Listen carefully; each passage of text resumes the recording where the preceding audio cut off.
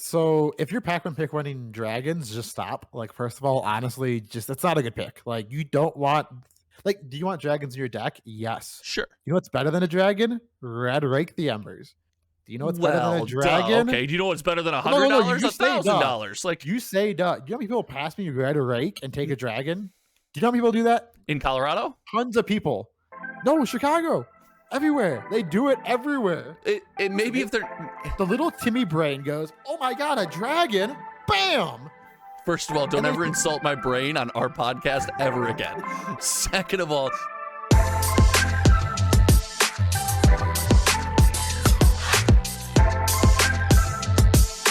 all right, let's hit it. Ladies and gentlemen, welcome back to the reaction phase. You guys know me. My name is Josh, and I am here with the brand new co-host with the most, the fiery wizard of Team Ascent, Mo Bogsley, aka Mark. What's going on, dude? What is up? That's all you got? No more. We can't keep hyping me up like for another 10 minutes or so. This is week one. Week one is hype week. Week two is initiation week. So be ready. This week is very nice and kind. I can't wait. So, dude, welcome to the podcast. For those of you that don't know, Mark has been a staple in the Flesh and Blood community. He started as a Chicago local out here. He climbed the ranks. He is a high-end, high-level competitive player, and then he couldn't beat us out here in Chicago, flew to Denver, and has been dominating events out there. Wow, you're going to do me dirty already. I thought tell me week the one lie. was like the hype week, like the let's get crazy. Show me the lie. Anyway, so we got Mark here. That means we are going to be talking about Fab gameplay every week. Make sure you hit the like and subscribe button on these videos. And this week, we are going to break down Flesh and Blood in a way that we haven't done in a while in this podcast. First and foremost, we're going to get to know Mo Bogsley a little bit. We are going to do a full limited format breakdown, as Mark just put out a whole video on his channel, youtube.com/Mo Bogsley, breaking down the limited format, and he has quite a bit to say. We are going to talk about Pro Tour France, its format, and make way too early predictions for the Pro Tour. It's still a little ways out, but that cannot stop us content creators from predicting what we got. So what do you think of the rundown today, man? You stoked? I can't wait. There's so much to talk about. It's such a great format. Like, oh, I can't wait. This is going to be a great time. What people don't know either is there's no practicing. You and I go way back. We're friends. I asked for a script. We did a rundown, and now we're just doing it live. So let's get to know you, dude. How long have you been playing Flesh and Blood? I started after Monarch Unlimited came out with the Blitz deck. Actually, Levia was my very first deck I ever played. Oh, now we gotta hear about it in the cast. Smash with Big Tree is the best card. If you don't play it in your Levia deck, you're just not a real player. Like, there's an old hometown TCG video of us opening Monarch, and we open that card, and I just throw my hands above my head and go, "Smash with Big Tree!" And it's the best art in the game. Like, that art is so good. It's pretty sweet. So you played Levia, and somehow from there you've migrated to being a Kano player. To be fair, it was Levia versus Prism, the sealed deck, so it wasn't really a competition. So you cheated right when you started the game. Got it. Okay. Me and my brother, we got 4 boxes. We both picked one. And then I was on Chain, he was on Bolton. So I think I just got the better end of the deal both times, to be completely honest. Jeez, man. I'm assuming your brother doesn't play anymore after that beatdown. He does when I ask him to. He does. Oh, okay. All right, man. So you started around then. How long you've been playing since then? What's your favorite deck to play, like in Flesh and Blood history? My favorite deck in Flesh and Blood history is honestly Chain. I played that Blitz deck, and that Chain deck was so much fun to play. I decided to build it. I know it's not Kano. Listen, if I could play Chain with seeds, I built that deck before I even knew what net decking was. I jammed games. I jammed that deck with my brother, just building it, perfecting it. Took it to the first ever Pro Quest in Chicago at Pastimes Games. And I went undefeated besides one loss to Azalea round 6 because I had no idea, one, what a Ranger was, because it's not a Monarch, spoiler alert. No one plays Ranger, so I had no idea what Ranger was. Oh, and 3, no. It's Azalea. So and Azalea, dude, people underestimate Azalea was kind of a natural chain predator. She was just really hard to pilot. It was just, but it was a little bit of like a natural predator. But the way Chain really tested your deck knowledge and just play skill, and there's so much stuff that went into that Chain deck. Like, I still would say Flick Flack was a bad card in that deck to this day.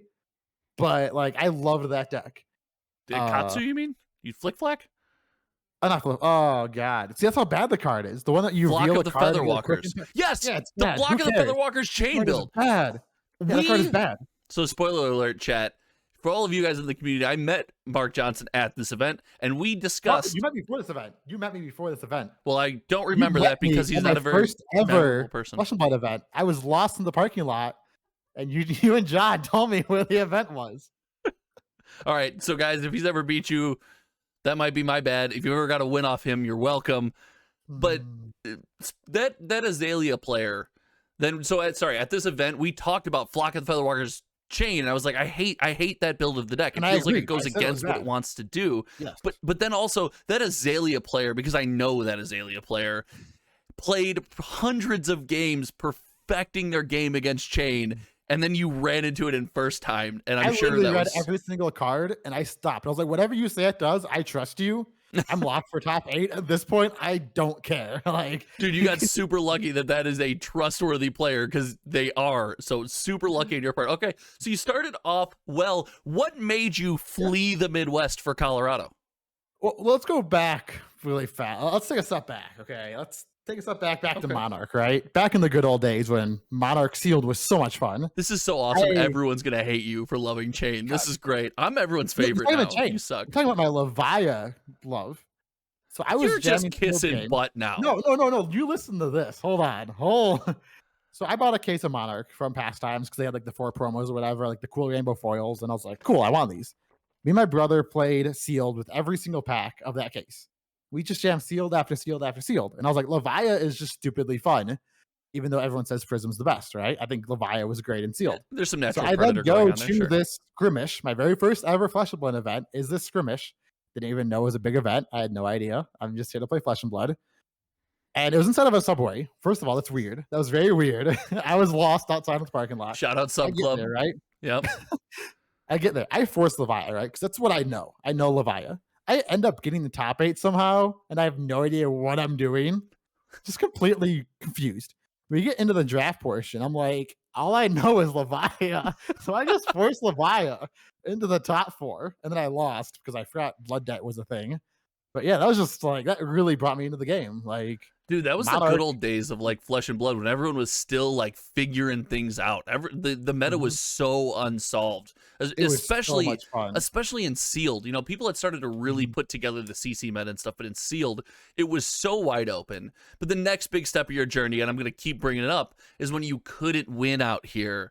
And then it's funny that you say that. It's you so funny. jet setted to well, I'm just saying, you couldn't win. You flew to Colorado, and now all of a sudden you text me every week about how many wins you're stacking.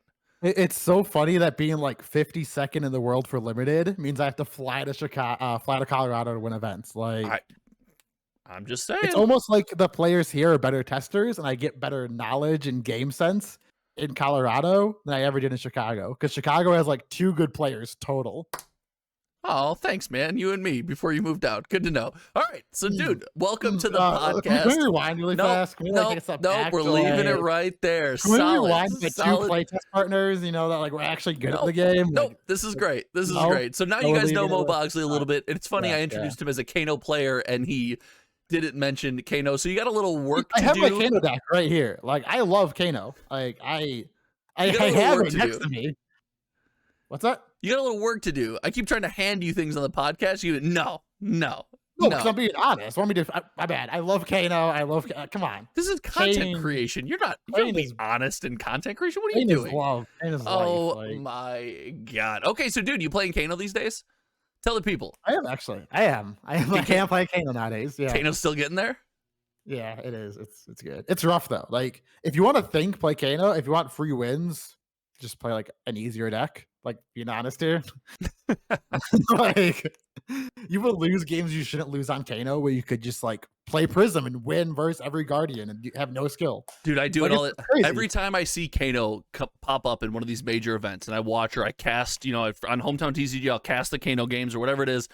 I get stoked to play Kano. I start going crazy. I'm like, I'm playing Kano. I bring Kano to locals. I get behind the deck and I'm like, I can't off the top of my head. I don't have the Kano creativity yet to make some of these plays and make this stuff happen. And then it'll be like 20 minutes later.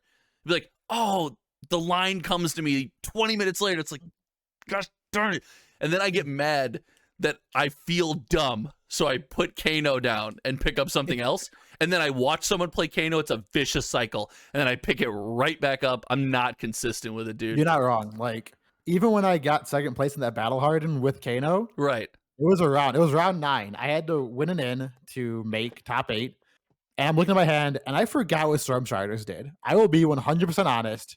I forgot I had the card. I think I got nervous because there was a big audience behind me, right? Like, Kano players being good. And winning I noticed who's behind me. God, Mr. Vor was behind me watching me play. And he, after top 8 in the Pro Tour, he's there watching. I'm like, the pressure is on right now. And I forgot what Storm Striders did. I missed lethal, passed the turn back, and then was like, he goes to kill me. And I'm like, this is such BM because I forgot I have Storm Striders.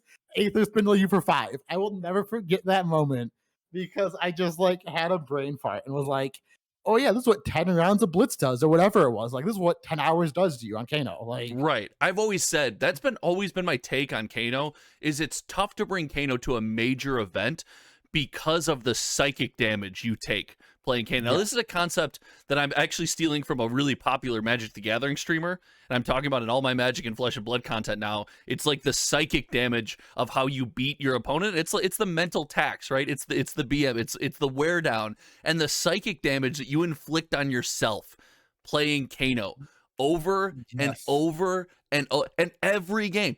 Every Kano game is going to come down to a moment. It seems like they all math out that way, and you're going to wear yourself down. Dude, like, you have to find 0 at the last possible moment. You got to like on turn 0. Sometimes you need to kill them turn 0. Especially in Blitz, yeah. Yeah, like dude, the good thing about Kano though is you get tons of time after every game. Like in the top 8, I had an hour and a half after my game for the Oldhim v Oldhim mirror to start. I went outside. I went for a walk. I was like, Judge, this is my number. Give me a call. I'll be outside somewhere. Like, go for a walk, do some push-ups, like do some jumping jacks, something. Like, all right. That's so sad. I can't believe you go for a walk. I never thought about that. I don't have that time because I sit there for 40 minutes thinking through all my lines and still missing lethal. So I don't have that problem. Just play Starvo. Oh wait, 2 seconds. Just play Fi. Like, I refuse to play. We played. You hadn't run away yet when Starvo was live. I refused to play Starvo. I wouldn't do it. I tested that deck and it was so boring to play. I was like, this is the best deck. I will fall asleep if I play this deck. On every podcast. Or on this very podcast, I said Bravo Star of the Show will not be that good. Oof. Yeah. You really talk to me next time. Yeah, it was not a great take. I've had some bangers, and that was not one of them. But you mentioned playing Fi right now, and I want to get into the breakdown of this limited format, and more importantly, this limited format being polarizing. I got some thoughts on the fact that some people say this limited format is just terrible, but I don't think it is. And I don't think you do either. Spoiler alert.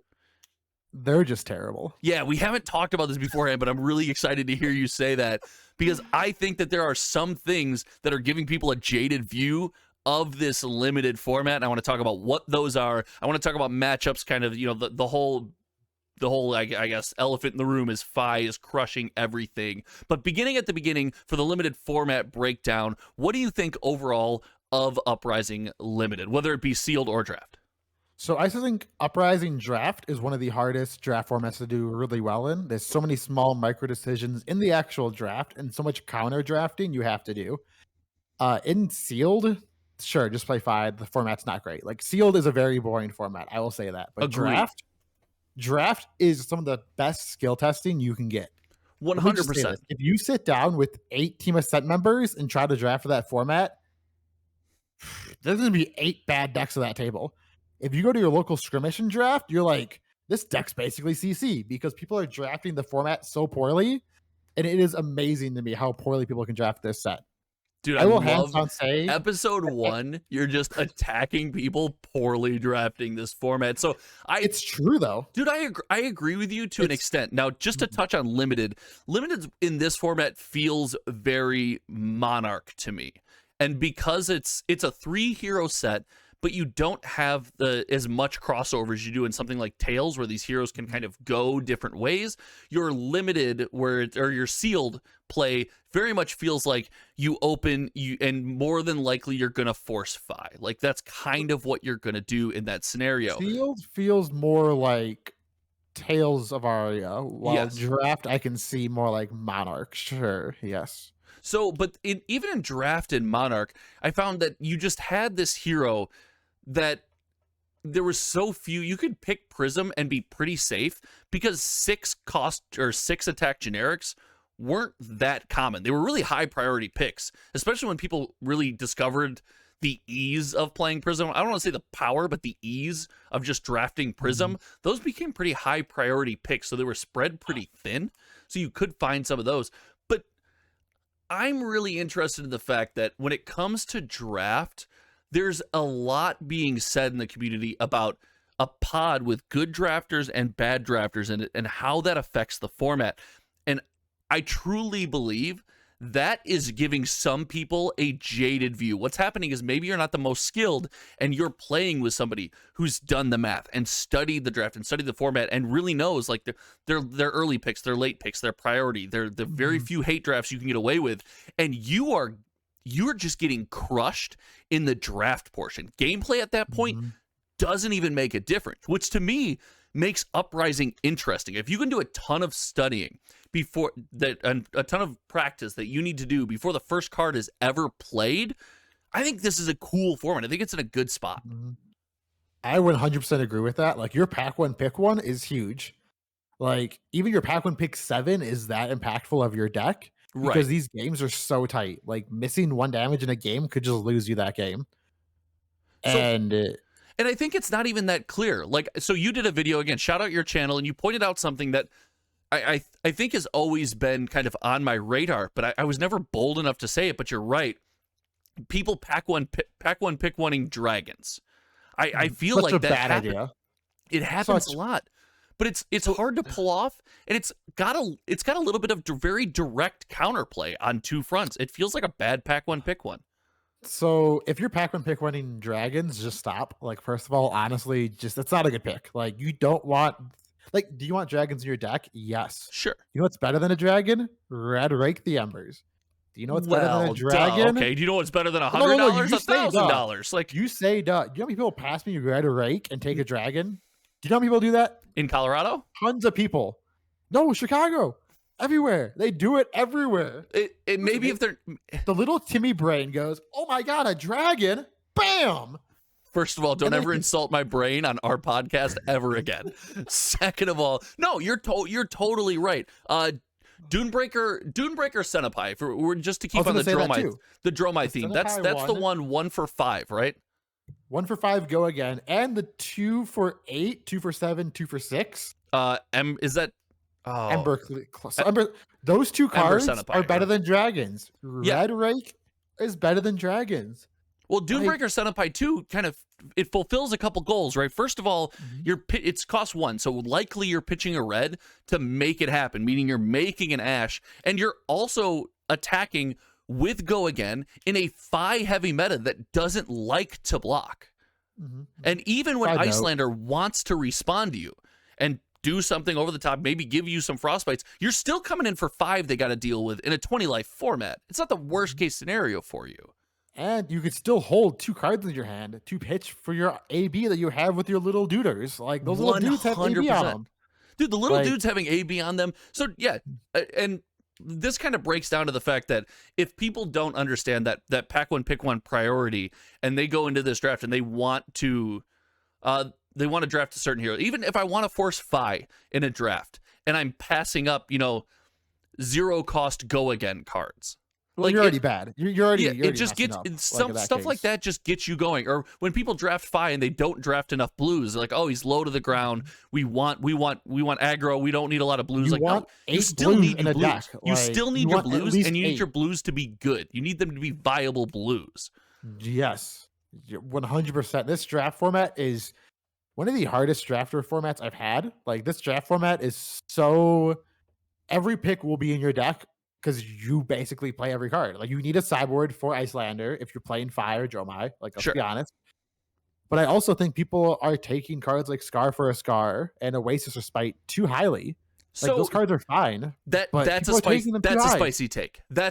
Scar for a Scar being taken too highly is a spicy take. I love a Scar for a Scar, especially in a lot of these formats that are low to the ground. You're kind of taking damage and saying, nope, I'm going to go push it back. That's how I like Scar for Scar.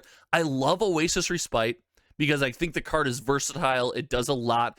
It's a little soft against something like Fi, but for Dromai, against Icelander, that card is fine. I have no problem with it. It's a 5 damage swing for 2 cards. I only want that card if I'm playing against Icelander. Anything else, it's out of my deck, and I'm not going to waste a high pick on a card that's only good against Icelander. Yeah, I'm not saying it's pack one, pick one, but I don't think it's trash either. People are though. People are being like, that card is so good, and it's good if you're playing Icelander. Like, that card's amazing in Icelander. If you know everyone around you is playing Icelander, sure, that card's good. Right. If you don't know that, Scar for a Scar is actively bad in Fi and Icelander. I don't want that card in my Fi deck. I don't want that card in my Icelander deck. It's a Jomai only card.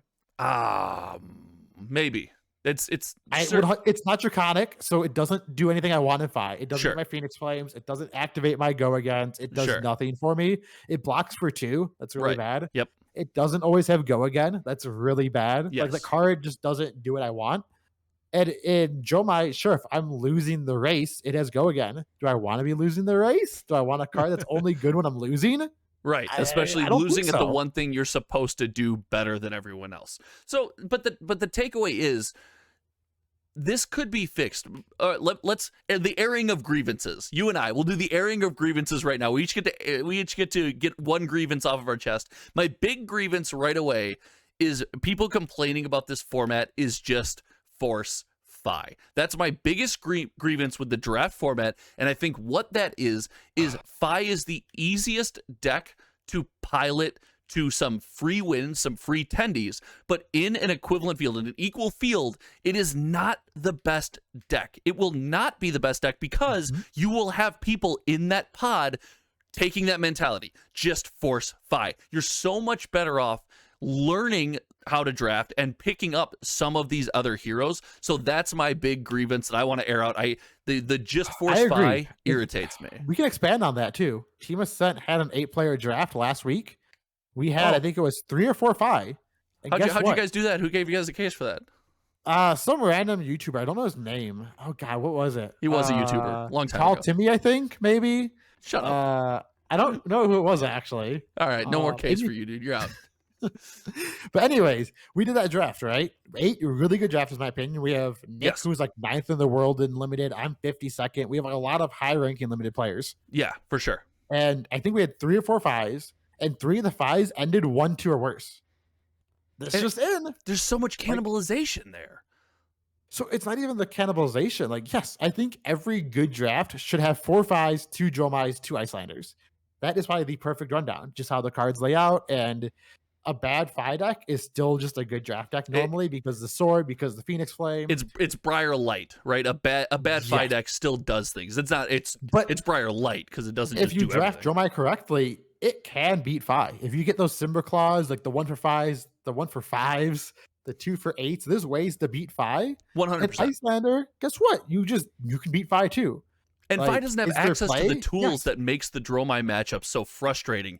The draws, the guaranteed hit effects that you have in these constructed formats, you don't necessarily have access to that in these limited formats, meaning attacking those dragons is no longer a benefit. It's a tax. It's a tax you have to pay. I also don't even like playing that many dragons against Fi, to be completely honest. Well, they can clear them out, cute, sure. But I just had a brain fart. I was going to go on a ramble on something. I don't even know what it was at this point, though. So go ahead. I know it was. So, what was it? The calling your I can't say that. URCEHT Urtech? Your tech? maybe? The one European calling that just happened. We suck in America. Listen, yeah, we're Americans. We don't know our geography. Like We suck. Fair warning, we suck and we know it. But anyways, they did like the draft statistics, and it was like 37 win percent Phi, 32 Dromai, 35, whatever it was. It was super close to the 30%. That's balanced for all three classes. Like right. It's a good format. You guys just need to learn how to draft better. I'm sorry. Like it's not a format problem. It's okay, I'm not problem. going to, guys, remember, saying, long-time viewers of the reaction phase, this is just the new guy. No, I'm trying to get canceled day one. New job, just got hired. I'm getting fired after this. I think the better way to put it, in my opinion, is there's so much more to chew on. And what makes this cool is Uprising came out how long ago?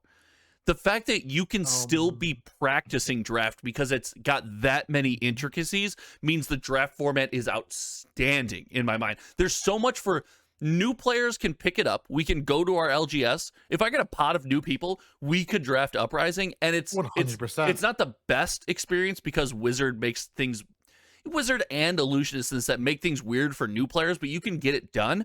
But for our seasoned players, for people who consume Flesh and Blood at least on the weekly basis, you could draft Uprising for the next 6 months and keep learning things. You could casually draft this format and continue learning things. And competitive players like you and like Ascent and like the Arsenal Pass guys, you've got something you can chew on for a couple months. And it's not necessarily snap solved. And that just, to me, that's amazing design. That's really cool. I think I have about 100 draft games on my belt so far, right around there probably. Like that's a ton. I normally get burnt out by now. And I think I'm 100 draft games easily. Dude.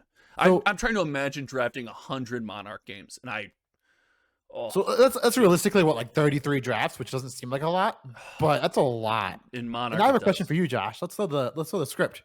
It's Icelander versus Phi. You're playing Icelander. Do you go first or second? Yeah, Icelander versus Phi. Do I go first or second? I think I'm going second.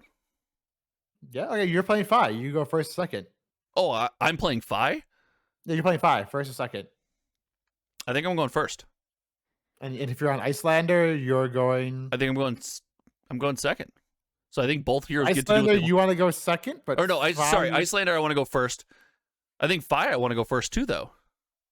I think I want to take away that ability to get first Arsenal. And this is how deep this format is, because I have concluded, hot take, you want to go second with both these decks in this match. Really? Even with Phi, you want to give away first Arsenal? You want to attack their hand first.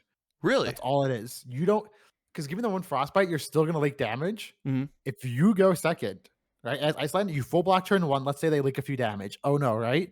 You can then play one of those red on hit effects, like discard or pay 2, give them a frostbite on hit, this or that, and Arsenal a card, and you've leaked 3, 4, 5, 6 damage. That's a good point. 4-card hand. And if you go first, sure, you can throw a 4 damage spell, leak 3 maybe. Sure. Right? And then like you Arsenal, and like, sure. But they come at you with the full hand of cards. And guess what? A 5 full card of hands, you're going to leak a lot more damage than you would have dealt turn 1. So you want to go second with both these decks in the mirror. And guess what? People are still choosing the opposite. And that's why they're losing these games. But that makes sense. I would choose go second with Icelander. That's intuitive to me. Going first. I would choose going first with Icelander. I'd choose going second with Phi. I think it would be my intuitive answer. So we had crazy. At least I had that take because like okay. See, I had that at the beginning. I thought that was right. I think I go first. The more with games both I get in, the more practice I get. I learned. That's a mistake. You're losing those small percentage points over the course of the game by that. God, now I'm trying. Now I'm just building a million scenarios in my head. You got me down the rabbit hole. I have to stop. This is going to be the rest of this podcast. All I'm going to do is flip flop between first and second as I think about it over and over again. That's awesome. See, that's just cool. Every matchup is this insanely awesome. Like, it's great. Dude, that is so sick. I think that, again, we talked about the draft miscues. I think the pack one, pick one miscues, the prioritization of cards is leading to this. One more thing. Stop passing poppers. Pack one, pick one, any 6 attack you get, stop passing those. It does feel like very, very much like Monarch in the sense that there should be a premium on those, but there isn't because Dromai is not a feared deck right now. It doesn't matter though. A 2 for 6 is still good to end the combat chain. Like it's still a good card. It's definitely not bad, and it does multiple things. 6 damage is more than 25% of your health in the format, as well as being a popper. And if you can find one that blocks for 3, like you're feeling good. There isn't one, is there? There's one that blocks for 4 if you have pitch floaty, which is really good. That's true. Oldhim wasn't good enough. We had to make him a little better. So I'm just saying, this format is wide open. Just get out there, grind some more games, think about your picks, and have fun. And hashtag just block. Those who know. Just honestly though, just block, guys. Those who know. You can win those 5 areas if you block better. But okay. So moving on from the limited format brings us to the Pro Tour France, and we want to talk about kind of the format of the Pro Tour, and there is 6 rounds of draft before the cut to top 8. So not only is there a ton to chew on here, but this is going to become viable. So break down the format for the Pro Tour France for us. Yeah, so day 1 is 3 rounds of draft, which is a normal draft pod. Sure. And then it's 4 rounds of CC. So you have 7 rounds day 1. All you have to do is get 3 wins. 3 wins on day 1. 3 and 4 is all you have to do. If you don't, there's a calling on the next day. Go have fun in the calling. If you're bad at limited, I get it. Go play in the calling. It's all CC as far as I know. Sure. You're so And the toxic. next day, that's not even talk. I'm saying have fun. You're like, so go out toxic. there and just go play in the calling. Day 2 starts off with another draft. Another 3 rounds of draft. Side note, do not have the worst record going into day 2. You will get stuck in the 5 or 6 man pod and be miserable. I'm talking from experience. That was not a great time. Okay, so you got in day 2 after the X4, you said 3 rounds of draft. Yep, and then after that we have CC. Another so 4 14 rounds total. Yeah. So 14 rounds over the 2 days, and it cuts to top 8. I believe it cashes out to top 64 of the event. Okay. So lots to look forward to in this Pro Tour. And then the top 8 is classic constructed. Yes, CC for top 8. So get those CC reps out there and just have fun. Okay, and I'm gonna give you a take on this. I saw your hands go like this, and this was one of those things that when they discussed the future formats of Pro Tours and big national level events and stuff like that, this is again way back when. Let me show my age. They were talking about the notion that we're gonna make these things. You're gonna play limited, you're going to play sealed, you're going to play draft, you're going to play CC, you're going to play blitz. I am so happy to see some of these events now. We've had a couple that are multi-format, right? If you're going to be a Pro Tour champion, if you're going to be a champion at one of these gigantic mecha events, you should prove that you can play Flesh and Blood in multiple ways. So I agree. Love this. This is something that drives me insane when people don't like this. I love the fact that we are challenging our community and our players to really understand the full sphere of what Flesh and Blood is. Because you and I both know, how many people do you know that they're fantastic CC players? You put them in a draft, they have no idea what's going on. They're great drafters. A lot of players. Yeah, 100%. you put them in a CC event, they've got no clue. They haven't practiced the meta. If you want to win these things, you have to put in the work to earn it. And that's insane. And what that means is you guys, the Team Ascent guys, again, Team Kitchen Fable, the Arsenal Pass guys, there's so much more to chew on, right? The meat on that bone is just so dense. I think we need to go deeper. I think we need to add blitz into this format. No. Just wait. I think see, you can disagree with that. You can be bad at the game. You can admit that you don't know how to block. I get it. It's okay. But listen to this. So you throw in 3 rounds of draft, 3 rounds of CC, 3 rounds of blitz. That's you just want to basically play the same Kano. amount of. That's basically the same amount of time, right? Because like 3 rounds of blitz is basically 1 round of CC because CC takes forever. And then you do the same thing day 2, right? You get more rounds in, which means the better players rise to the top. And now listen to this top 8 format. You draft in the top 8, right? And then you play a best of 3 of draft, blitz, and CC. And that just sounds like a great time. Like every top 8 match is a best of 3, and you start with, let's just say, draft, and the loser gets to pick if they want to go to blitz or CC next. That sounds like an amazing time. Like, you can really rise to the top in that format. and not Let me just have a stop you CC here. crutch. I'm going to stop you I'm here. ready. I'm ready. Let's go. As a community, we have already given pushback whenever there is a high level event that has some kind of big reward or some kind of big renown in the community, and that event is Blitz.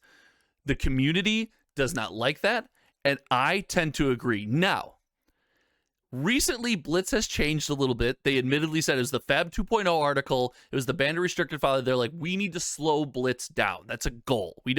Blitz games should not be ending turn 0, right? However, some of them still are.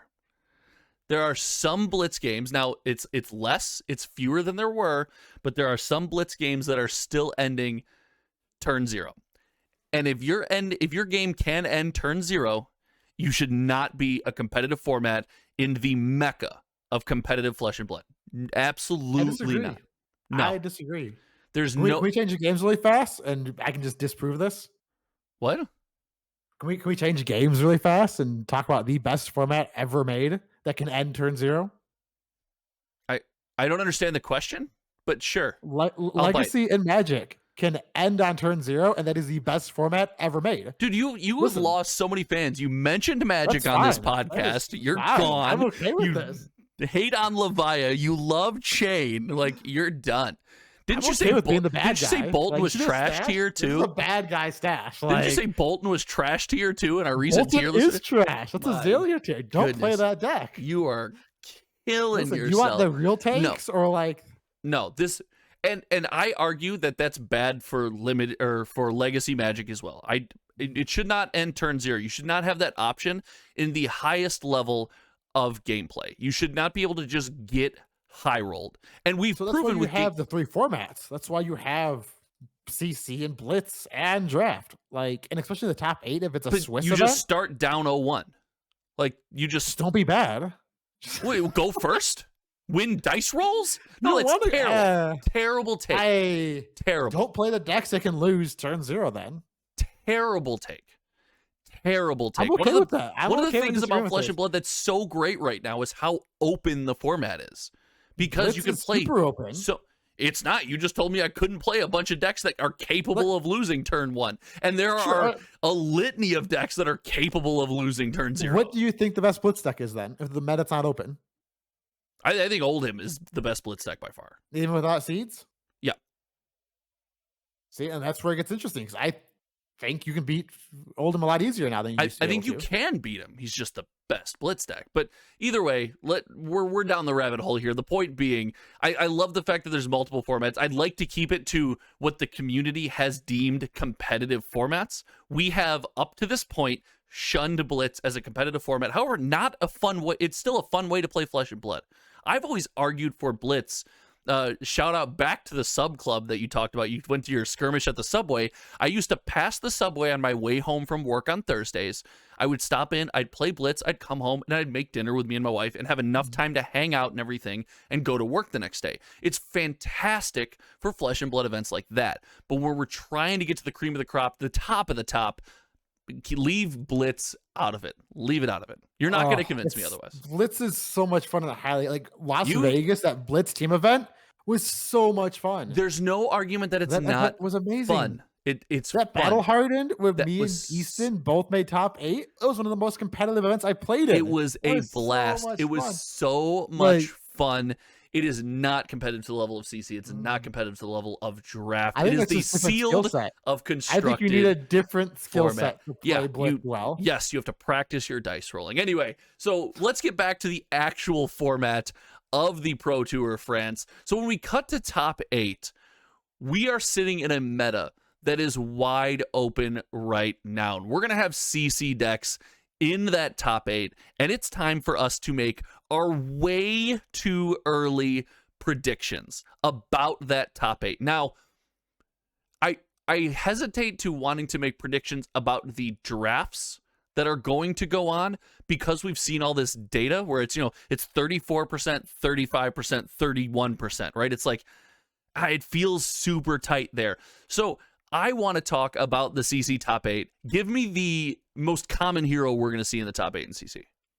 So this is a hard question. It almost feels like a trick question, right? Because if Prism doesn't rotate out, I think Prism is the most. I think Prism is number one in the top eight. In my mind, Prism has rotated, right? So we're probably saying Prism isn't at the Pro Tour? Yes, we're saying Prism is not. Because currently Prism is at the Pro Tour, right? Yes. So she has to win an event to not be there. And I think Prism will be the number one deck at the Pro Tour. Okay. However, if Prism's not legal, guess what? Daddy Oldhim sneaks in. I'm so glad you said it. I have been talking about the boogeyman in the icy dark. Listen, I hate Prism. I think Prism's a garbage deck. I hate Oldhim, and Oldhim is a garbage deck. Shout out to Water. Sorry, bro. No, this is the problem. Once Prism's gone, Oldhim and Bravo just laugh. They go, ha! This is my format now. Yes. And then Oldhim's the number one deck. And because Oldhim is so big, those good Kano players are going to sneak on and win the whole event. If Prism is gone, Kano hold on. If Prism's gone, Kano wins the whole event. Hot take. 100%. Hot take alert. 100%. So we have upgraded. This is Reaction Phase Season 2. I'm getting air horn buttons that I can smash when we make I got to get you one too that you can smash when we make hot takes. Oh, no, Kano does not win the whole event. That is ridiculous. I think Icelander might be up there too, but I think the format's too wide open for Icelander to do that well. Okay, here's no, because I'm giving you my take, because you just hit the nail on the head right now. My spicy takeaway from CC top 8. This might not be the most represented deck, so I'm not even going to answer my own question. I'm just going to talk about my spicy. You have to. You have to. I'm going to talk about then fine. This is just going to be my take, and maybe it's wrong because I just want to talk about this topic. When the necessary evil that is Prism fades away into the sunset, which I think it will, but let's do a scenario. So it has faded away. When that necessary evil fades away into the sunset and these Guardian decks come out of the shadows to play, I think we see the meta literally go like this. Like from way out here, nobody can see my hands on YouTube right now because our faces are so big, but to way in here, we see it really narrow. And I think Dromai and Icelander become ridiculously good picks. Those decks can do so many things. And I've played the Dromai Guardian matchup, and there's some stuff that can get you across. It can get nutty. It's so good. Dromai and Icelander, but if I had to take in that world, I think Icelander will be the most represented hero in the top 8 because I refuse to pick Oldhim. I hate Oldhim, and I'll be wrong to not pick Oldhim. I agree with you. If Prism is still viable, Prism's going to be the most represented hero. So if Prism's still viable, let's just try to draw the top 8 really fast, right? Like let's just get this terribly wrong, but have fun with it. Dude, it's way too early. I think if Prism's still in the meta, you have at least 3 Prisms there, right? Like I think you have 3 Prisms in the top 8 at least. Yeah. I want to go over 3. I think 3 is like the deck the deck is too consistent, and with that much, you're playing that much flesh and blood. The thing is, are Prism players smart enough to draft? I don't know if they are. Actually. Wow, jeez, dude. Yeah, oof. I love that you literally took my Prism deck and won events. Like you took it out of my house and won events. I would say that meta was probably harder to play Prism because of Starvo. Yes. That Starvo Prism matchup, people say it was Prism side. I think it was like 55-45 realistically. It was pretty interactive. It was fun too. It was an edgy game. Yeah. Like anyways, I think Prism right now is just Resident Sleeper. Like that doesn't matter. Listen, no offense to Critical out there. I love you. But you have offended everyone in the Fab community. I'm here for every single topic right now. Just trying to go down. Dude, I'm here for it. Let's go. So okay, let's give 3 spots to Prism. So I think if you're a betting man, the over under for Prism is 2.5. I think that's the perfect number. Sure. Of Prism in the top 8. Like 2.5 would be like a good betting number at Las Vegas. I think sure, but I'm slamming the side bet. I'm slamming the over on that every time. We can make a gentleman's bet right now. Yeah, sure. What do you want? I will bet you dinner next time I see you in Chicago. Deal. You're taking the under?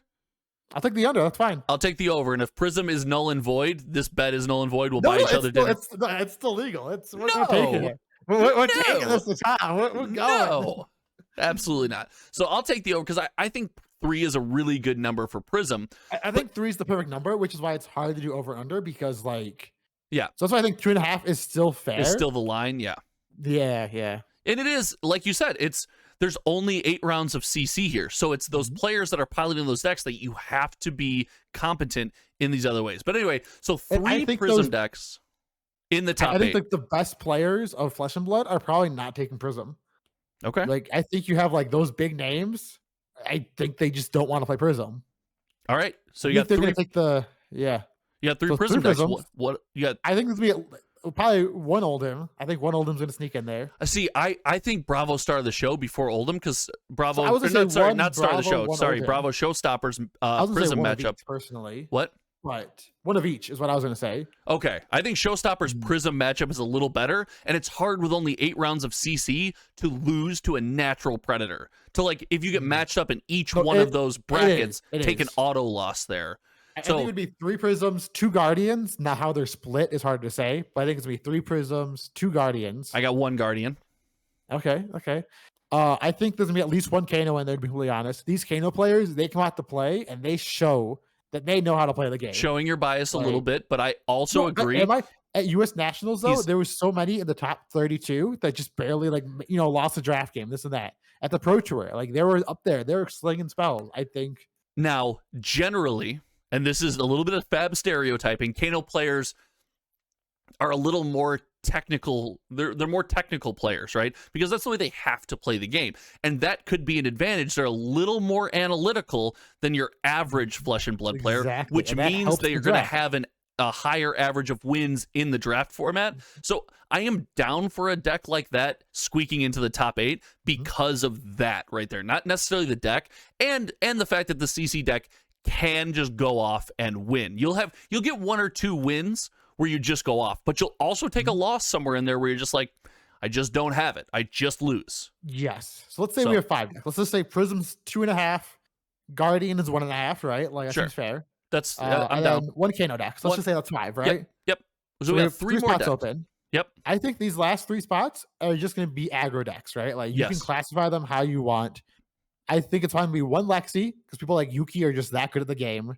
I can even just call. I think Yuki's in the top 8. I will say it now. Well, we're not picking people yet. We're picking decks. I'm just saying if we are. I have Hayden Dale. I have Yuki. Stop spoiling. I have every known name in Flesh and Blood. No. Hashtag Mo That's literally 2. That's literally 2. Hashtag Mo Boxley. I think we have 2 big names in there and 6 who mega walls. Sure. 2 big names, 6 mega walls. That seems fine. So you have.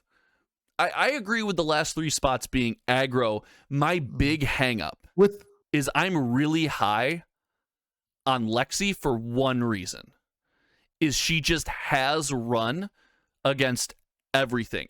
It's one of the few decks that I don't sit down against something and feel like there's almost no way I can win this game. I always feel like I can pull something off and be in the game. I agree with that. I think the problem though is Lexi is so hard to play. She is a thinking man's deck, kind of like Kano. Completely different lines of thinking. You cannot just draw 3 of a kind, slam 3 of a kind, win game. You cannot. I've watched people do that when they arsenal 3 of a kind, draw 3 of a kind, 3 of a kind, 3 of a kind. I'm like, that's cute. You just lost. That's great. The only person who can do that is Yuki in that game in the first Pro Tour because that was nuts. I didn't even see that. I missed it. Man. Yuki was just popped off. I was too busy actually playing the Pro I was Tour, sitting there going, there's no way that was the correct play, and then the turn finished out and I was like, oh, I'm just gonna shut up. So I think surprise decks are gonna be like a dash, like a good mid-rangey aggro control deck. Dash deck I think is really good right now.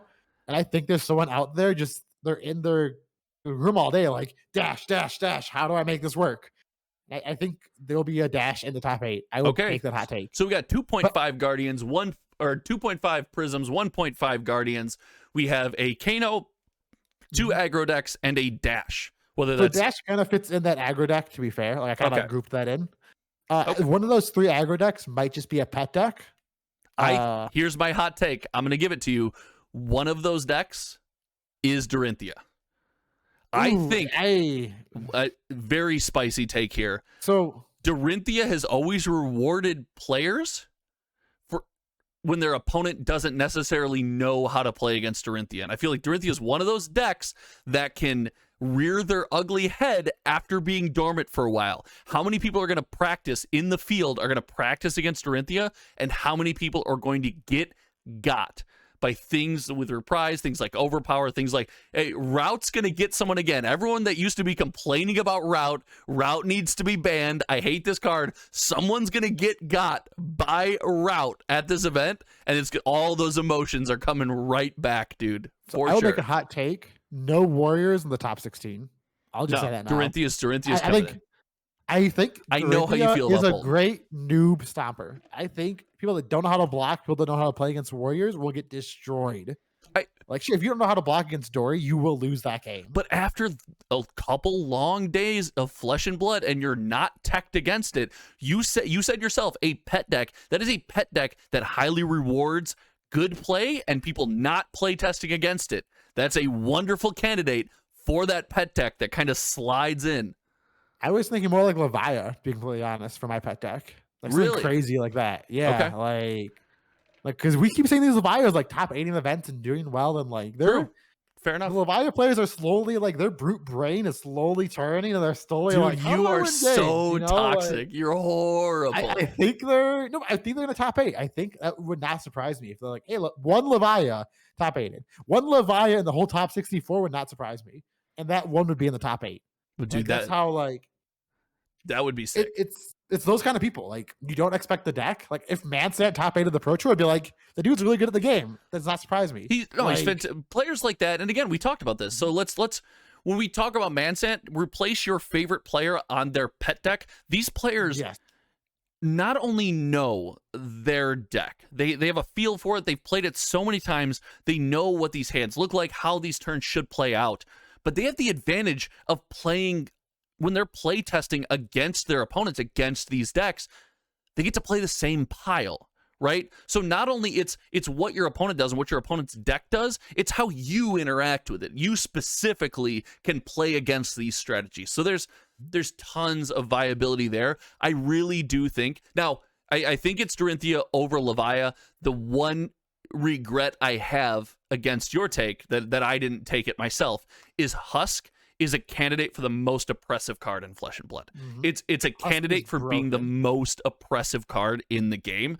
And since there's no chain and some people don't look super highly on Levia, nobody's talking about it. It's one of the most oppressive cards in the game. If we're gonna get really crazy and we think like Prism rotates out, how good does Young Chain get with no other aggro decks running around because they can't beat Oldhim? Like, so you. I'm just like, Seeds of Agony is legal. Like, he starts at 26 life with that Husk. If Oldhim can't push enough damage early game, does Chain just get like a good deck if there's no like good aggro decks out there? If we're bringing Young Chain to classic constructed events and taking home wins, we have a problem. I'm comfortable saying that. But guys, okay, so that is the top 8 breakdown. That's our way too early predictions. I'm super excited. And dude, every week, ladies and gentlemen, this will be the reaction phase. We will be here on your Monday mornings, on your way to work, getting you started, kicking off your week. And Mo, we are going to end every week with, you get one sentence, and we're going to call it Mo Knows. You get one sentence to drop some knowledge on the people. You get one moment. What do you got to tell the people before we get out of here? Buy first edition Monarch Legendaries. They're so cheap right now. Just buy them. You tanked our market segment for next week. Thanks, dude. Good going. Ladies and gentlemen, this has been awesome. Shout out, dude. I'm excited to do this with you every week. My name is Josh. I'm Mo. And we will see you around. Goodbye. Bye-bye.